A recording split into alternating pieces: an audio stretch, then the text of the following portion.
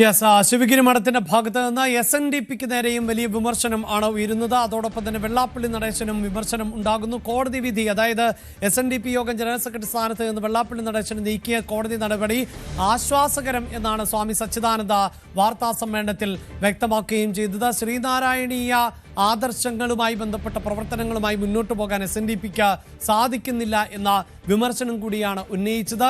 SNDP ഒരു ആൾക്കൂട്ടമായി മാറി എന്നതിനപ്പുറത്ത് ശ്രീനാരായണീയ ധർമ്മങ്ങളെ ഉയർത്തിപ്പിടിക്കാൻ SNDPക്ക് സാധിക്കുന്നില്ല എന്നുകൂടിയാണ് പറയുന്നത്. ജാതി പറയുന്നത് മറ്റു മതസ്ഥരെ അധിക്ഷേപിക്കുന്ന സമീപനം ആണ് വെള്ളാപ്പള്ളി നടേശന്റെ ഭാഗത്ത് നിന്ന് ഉണ്ടാകുന്നത് എന്നും ഇത് ശരിയായ രീതിയല്ല എന്ന വിമർശനം കൂടിയാണ് ശിവഗിരി മഠത്തിന്റെ ഭാഗത്ത് നിന്ന് ഉണ്ടാകുന്നത്.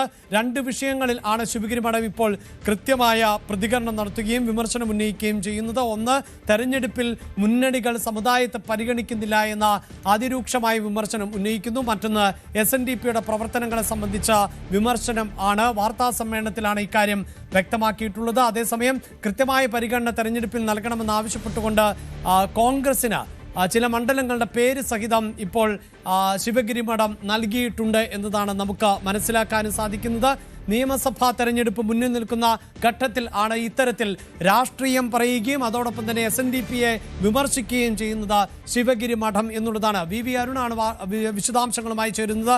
അരുൺ, ശക്തമായ വിമർശനം എല്ലാ മുന്നണികൾക്ക് നേരെയും ഉന്നയിക്കുന്ന സമീപനം ശിവഗിരി മഠത്തിൽ നിന്ന് ഉണ്ടാകുന്നു, പ്രത്യേകിച്ച് ഒരു തെരഞ്ഞെടുപ്പ് മുന്നിൽ നിൽക്കെ. അതോടൊപ്പം തന്നെ SNDPയെ അതിരൂക്ഷമായി വിമർശിക്കുന്നു, പ്രത്യേകിച്ച് വെള്ളാപ്പള്ളി നടേശന്റെ നേതൃത്വത്തെയും.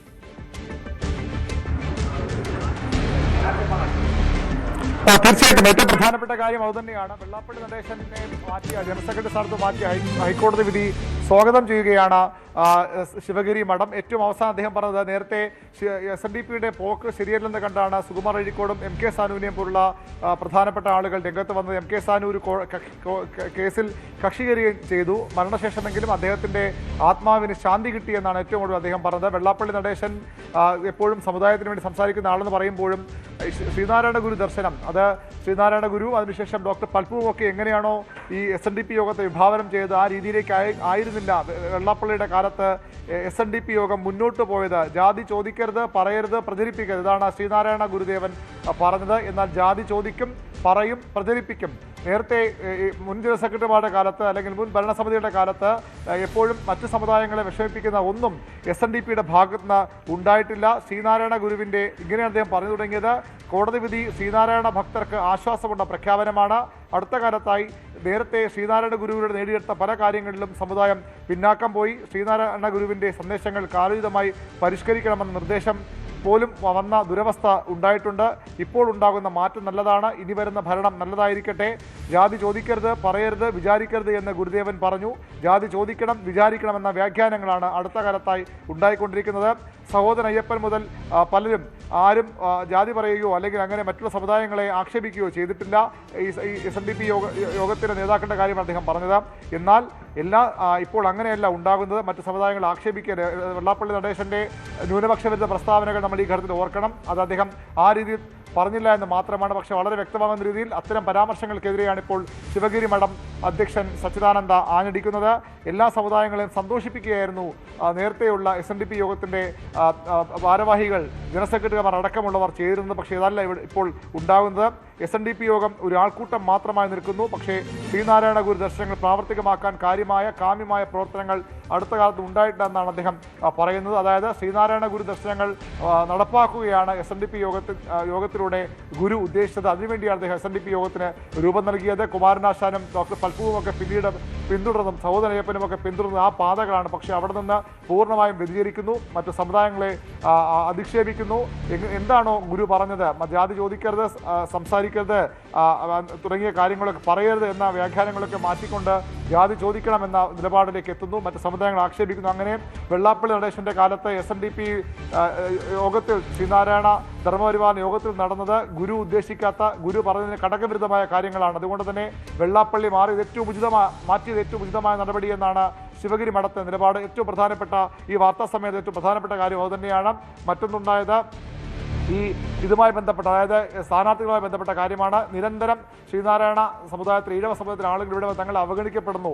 ക്രിസ്ത്യാനികൾക്ക് വേണ്ടി പറയാൻ അവരുടെ ബിഷപ്പുമാരും മറ്റ് ആളുകളുമുണ്ട്, മുസ്ലിങ്ങൾക്ക് വേണ്ടി പറയാൻ അവരുടെ സമുദായത്തിൽ ആളുകളുണ്ടെന്ന, ശ്രീനാരായണ ഭക്തർക്ക് വേണ്ടി പറയാൻ ആരുമില്ല എന്ന പരാതികൾ നിരന്തരം കേൾക്കുന്നു. അതുകൊണ്ടാണ് ഇത്തരം ആ പരാതികൾ കേട്ടുമടുത്താണ് ഇത്തരം ഒരു ഇടപെടൽ.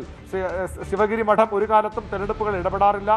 ശരി, അവിടെ അരുൺ ഒറ്റ കാര്യം കൂടി നമ്മൾ അവസാനിപ്പിക്കുന്നതിന് മുമ്പ്, അരുൺ സൂചിപ്പിക്കുന്ന പോലെ തെരഞ്ഞെടുപ്പ് രാഷ്ട്രീയത്തിലൊന്നും ഇതിനു മുമ്പ് സജീവമായി ഇടപെടുന്ന ഒരു സാഹചര്യം ശിവഗിരി മഠത്തിന്റെ ഭാഗത്ത് നിന്ന് ഇല്ല. നമുക്കറിയാം, ഈഴവ വിഭാഗത്തിൽ പ്രത്യേകിച്ച് ശ്രീനാരായണീയർ ആയിട്ടുള്ള വിഭാഗങ്ങൾക്കിടയിൽ പലതരത്തിലുള്ള സംഘടനകൾ ഉണ്ടായിരുന്നു എന്ന് നമുക്കറിയാം. ഇടയ്ക്ക് ഗോകുലം ഗോപാലിന്റെ നേതൃത്വത്തിൽ SNDV എന്ന തരത്തിലൊക്കെയുള്ള സംഘടനകൾ രൂപീകരിച്ചിരുന്നു. പക്ഷേ ഈഴവ സമുദായത്തിലെ ഏറ്റവും പ്രബലമായ സംഘടന SNDP ആണ് എന്നതിൽ തർക്കമില്ല.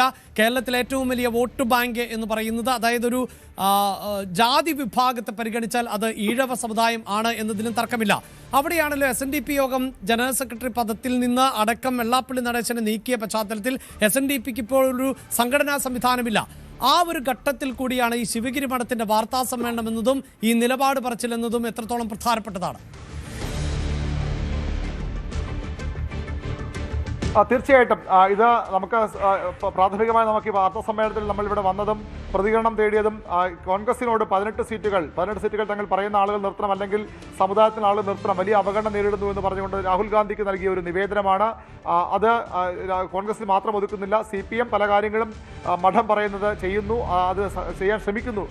വർക്കലെ MLA ജോയി അടക്കമുള്ള ആൾക്കാരുടെ പേരെടുത്ത് അദ്ദേഹം പറഞ്ഞു. പക്ഷേ കോൺഗ്രസിലും BJPയിലും ഉണ്ടാകുന്നില്ല.